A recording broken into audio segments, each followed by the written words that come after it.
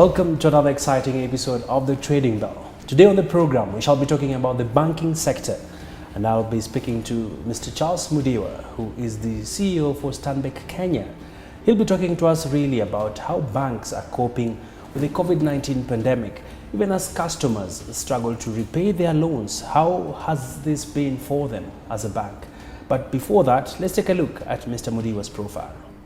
Charles Mudiwa is a business leader with expertise in the financial sector. His vast experience of over 20 years includes setting up a bank from scratch as well as leading stock exchange listed financial institutions. He is currently the CEO at Stanbic Bank Kenya. His key achievements include successfully setting up Agricultural Bank of Zimbabwe, Agribank, launching of the first interbank financial inclusion product in South Africa, growing the Standard Bank Malawi from bank number 3 to number 1 on profit after tax, and being recognized as the Banker Magazine Bank of the Year for 6 years in a row. Best Employer 2011 and Best Equal Opportunity Employer. Charles is passionate about making change in every environment he works in. Thank you, sir, for making time for us. No, thank you. Great. It's good to see you and being here. All right. And of course, when you look at how the economy is coping with the COVID-19 pandemic, the worst hit sectors are, of course, trade and not forgetting tourism. Yeah. But in equal measure, banks are also forming another layer of institutions that have been affected by the pandemic in the sense that it is tough times for the borrowers, tough times for Kenyans. How are they surviving when it comes to repaying their loans and still staying afloat? Yeah, I think it is a difficult time for everyone. As you've indicated, we've seen the COVID pandemic having a huge economic impact, and we've seen certainly through the banking sector. I mean, at an industry level, I think as end of April, we saw 170 billion shillings worth of loans being restructured across the industry in one form or the other. As a bank for Stanbic, we've restructured to date about 31 billion shillings worth of loans across the industry. So we've seen a lot of impact across the business and in the country, in the economy in general. All right. And talk to us about the numbers in regard to the small businesses, which form a critical mass when it comes to entities that have taken up loans in the country. Yeah, I think we've seen a big impact on the SMEs, but because of scale, you obviously see the large corporates coming in with the big numbers, but we still see a huge impact on the SMEs. I think the central bank governor spoke about that 70% of our SMEs have been directly hit or one way or the other in terms of their businesses. I would say there are about 3 business types that have been hit that would highlight. I mean, real estate has taken quite a big knock. We've seen that as people, of course, we're all staying at home, and our landlords are not getting their rentals, and that has taken a big, as incomes has shrunk, we've seen a big knock on real estate. Agriculture, we've seen a big knock there. Trade, which I think where a lot of SMEs are, has been a big problem. I think it's one of the biggest areas that has seen an impact. I think at the industry level, we've seen almost 44 billion shillings worth of loans being affected in this area. Now, this largely comes from the fact that a lot of traders are people, the SMEs who go and buy goods from across the border, whether they're importing from China and other places, and bring them across into Kenya. Those have had a problem because, of course, they can't travel anymore. Secondly, the shipping lines are not happening. So they've had a big knock and they've felt the impact of this whole impact. Okay. Yeah. And you've touched on very interesting numbers, especially the number of loans. Yes. And the specific sectors that have been hard hit. Yes. And perhaps how has the bank been able to respond to these shocks, especially with clients in those sectors? Yeah, we look at clients in 3 buckets from an effect point of view. So first of all, you've got the sectorial effect, which is what I've spoken about. Then you also have different clients even within the sectors that are different. And we've looked at 3 types of clients. There's a client whose business has been completely decimated by COVID. In other words, their business cannot rise, they have had difficult problems for whatever reason, and therefore they cannot be able to rise. It might affect, say, for example, somebody with a small restaurant and they're not able to continue working, and their cash flows have gone completely. And then you've got the second client whose business is like in hibernation. I mean, like I was saying to you earlier on, it's almost like it's in winter. It's slowed down, but it still can rise. And we can almost say that business, it's in winter, but summer is coming. And we've seen that, let's say, with the flour farmers. I mean, initially there's a big knock, but now as the airlines start to fly, the cargo is allowed to go, Europe is reopening, exports can now happen, you now start to see that picking up. So they've got a slow kind of coming up. Then you've got businesses that have actually thrived under COVID. So, I mean, of course, the most obvious one is the digital and technology businesses. As we all are using digital technology, we've seen that. Yeah. Some of the retailers, depending on where they are, also have seen a boom because we are all buying more food and surviving on food. Then there's also a group which is also in manufacturing, where they've been able to produce goods because they are, where their competition was coming from imports. So if you think about somebody whose biggest competitor was somebody in Europe or in China or in Asia, and they were supplying them here, suddenly those people cannot supply those things. It means that the local producer is actually being able to get a C growth. So you've seen people with actually sales rising as a result of that. I mean, I was talking to one client and he was very excited because he said his order book is full until October. Wow. He's even getting orders as far as DRC, Rwanda, Burundi, Uganda, Tanzania, which never used to happen before. So he's quite excited that he's actually seeing a growth on that. So there are those three groups of clients, and we treat each one of them. So the last group who are seeing growth, we're actually financing them to actually expand production. The ones in hibernation, we defer all their loans and reschedule them so that when the cash flows now start to come up, we then see what we need to do. Then the ones who are completely decimated, we're now discussing to say, how do you get out of this and what do you need to do to either re-engineer your business completely, or where do we need to start from going forward? How do you do that? So each one of them, we have to respond to their specific needs. All right. And someone was also really keen to find out, as banks restructure these loans, what is in it for the customer? Of course, for the banks, it's continued payment once your revenues resume, but for this particular client? Okay, for the clients, what we say to them is that the big thing is that it gives you time. So you've got your loan, and it was due end of June. Now we are referring that loan, and the central bank has given us a leeway to reschedule loans from the 2nd of March until the 2nd of March 2020 and to 2nd of March 2021.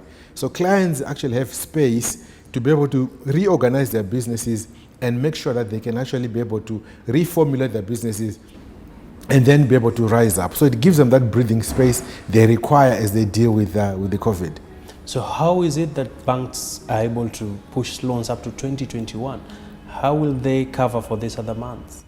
Yeah, there are a couple of things that we have to do. Of course, there will be some impact on the banks from a cash flow point of view, because if you think about it, we are just like another business. Yeah. So if you were paying your loan every month, that money was coming into the bank. Yeah. Now suddenly you're not paying us. It means that we have a cash flow deficit.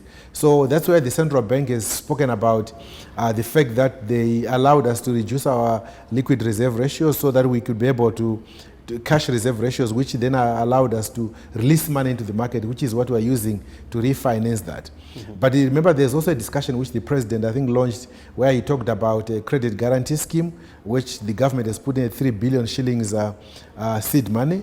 I think we have further conversations around how do we make that fund grow. So part of that is to now try and create platforms that allow us to allow the businesses to go that. But of course, part of the economic stimulus is talking about allowing local businesses to procure locally and to support local businesses. Now, as they start to get payments from government, that should also provide the cash flow they require to now be able to start their businesses. All right. Yeah. And Mr. Mudiwa, it would be interesting if you can unpack for us. When you look at the current economic times, one would not believe that there are people actually applying for loans, be it for commercial use or for personal loans. Paint for us a picture. Have we seen a drop in credit uptake? Have we seen stagnation, or we've totally seen a different curve altogether? There has been a slowdown. We certainly have seen a slowdown in terms of the demand for the loans. but they still, so a lot of the work we're doing is to reorganize and reschedule the loans. But you still get a few applications that are coming in where people need to still do some work and still finance their businesses. So a lot of the loans that we're getting now are loans where people are asking for, how do I reorganize my business? How do I reschedule my business? So that's actually what we're beginning to see it coming through.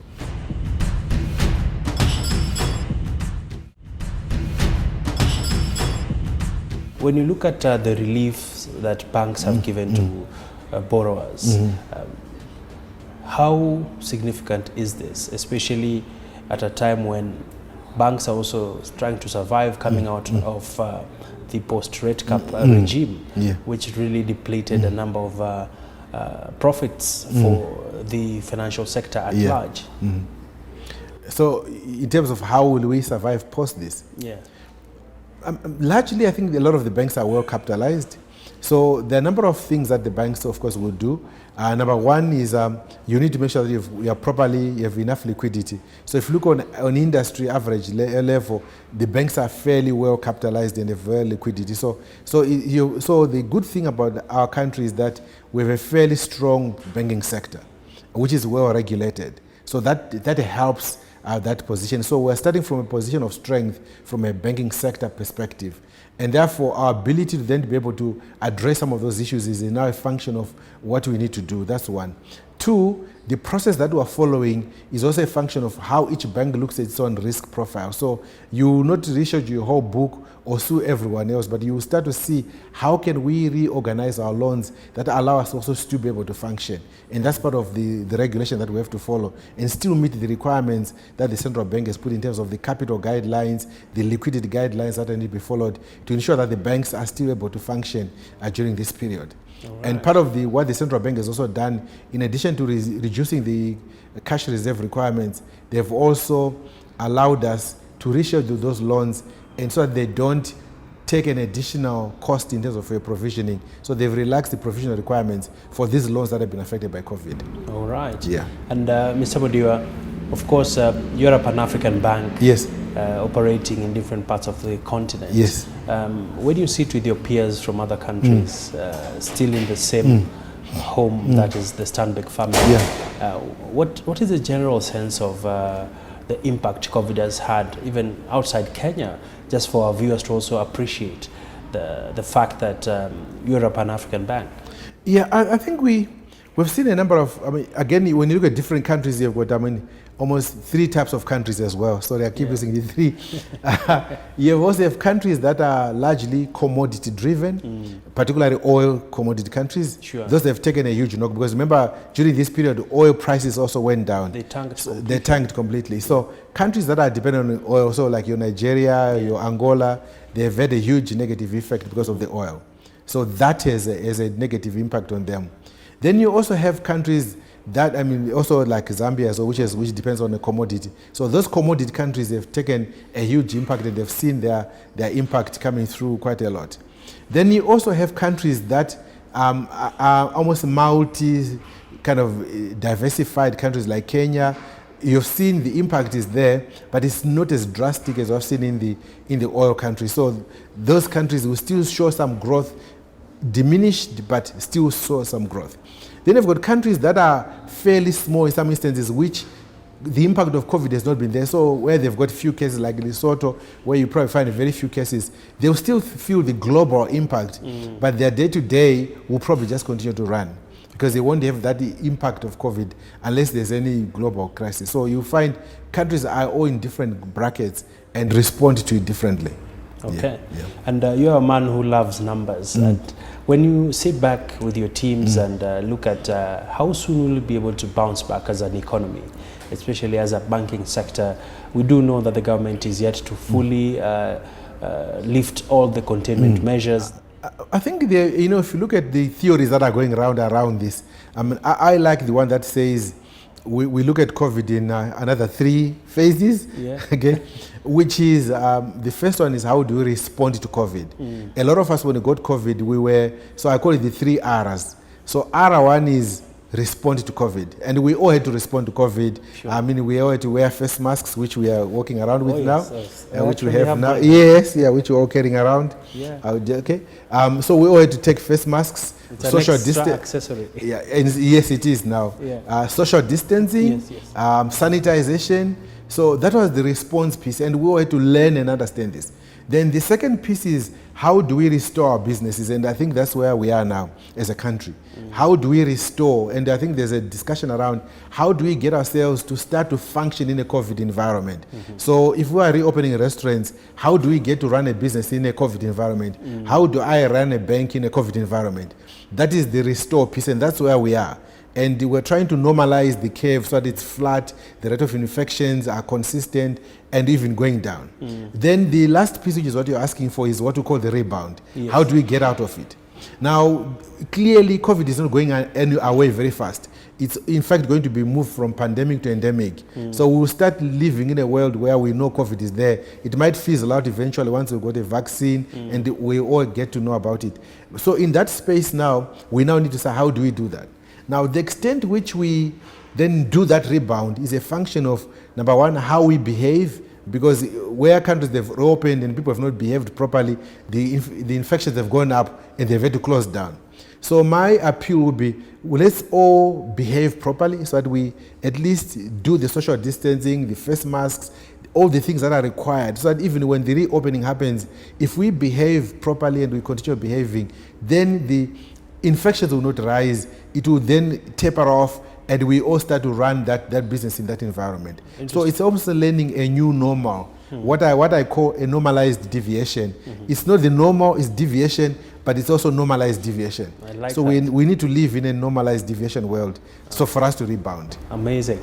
And as we wrap up, Mr. Mudiwa, your bank is very pertinent in terms of addressing women businesses. Yes. Talk to us about, as we close, perhaps, what's the game plan? Of course, we've seen in many African countries, women-led enterprises are fast picking up, but there's a big challenge when it comes to access to capital. Yes, that's actually the gap that we're trying to do. So we launched a program, DADA, which is Dare to Aspire, Dare to Achieve. And what we're challenging women entrepreneurs to say, let's support you to grow your businesses. And it has got 4 parts.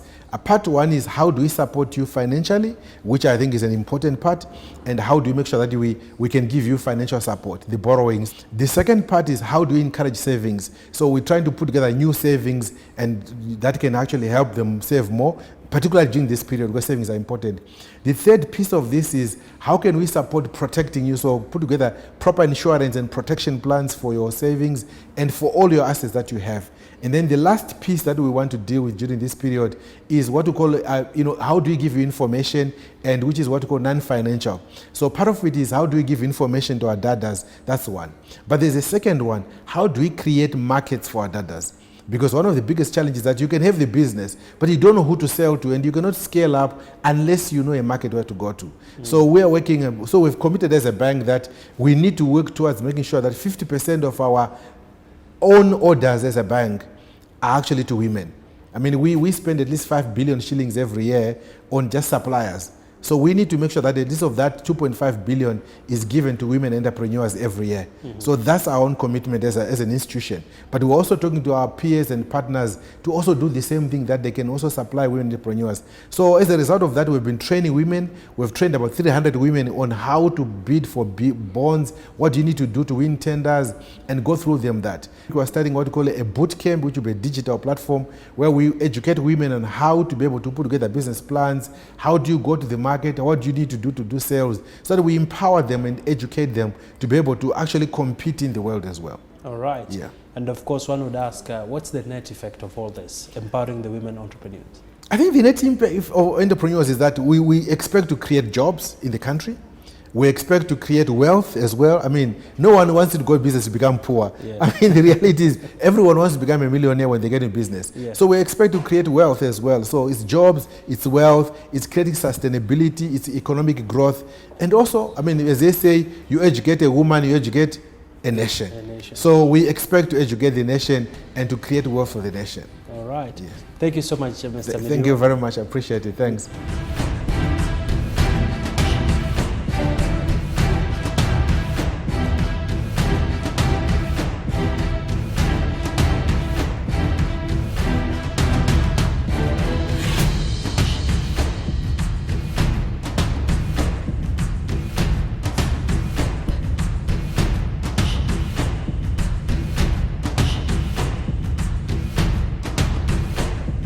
Well, that's where we wrap it up for this week's episode of the Trading Bell. Quite some interesting perspectives coming out of the banking sector, and we do hope to see a very interesting landscape post-COVID for Kenya's financial sector.